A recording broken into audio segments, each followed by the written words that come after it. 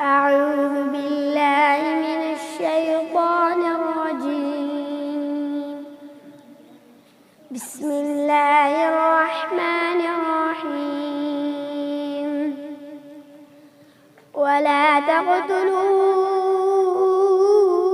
أولادكم خشية إملاق، نحن نرزقهم وإياكم، إن قتلهم كان خطأ كبيرا.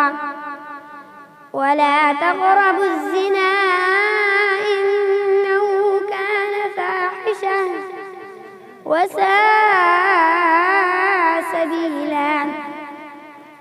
ولا تقتلوا النفس التي حرم الله إلا بالحق، ومن قتل مظلوما فقد جعلنا لوليه سلطانا فلا يسرف في القتل، إنه كان منصورا.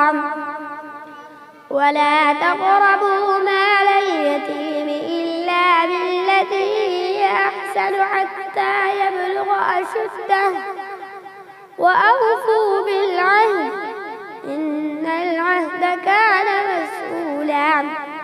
وأوفوا الكيل إذا كلتم وزنوا بالقسطاس المستقيم، ذلك خير وأحسن تأويلا.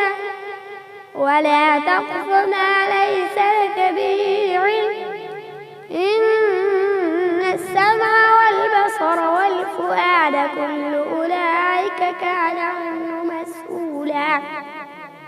ولا تمش في الأرض مرحا، إنك لن تخرق الأرض ولن تبلغ الجبال طولا، كل ذلك كان سيئه عند ربك مكروها.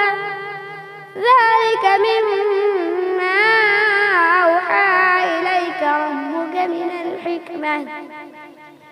ولا تجعل مع الله إلها آخر فتلقى في جهنم ملوما مدحورا.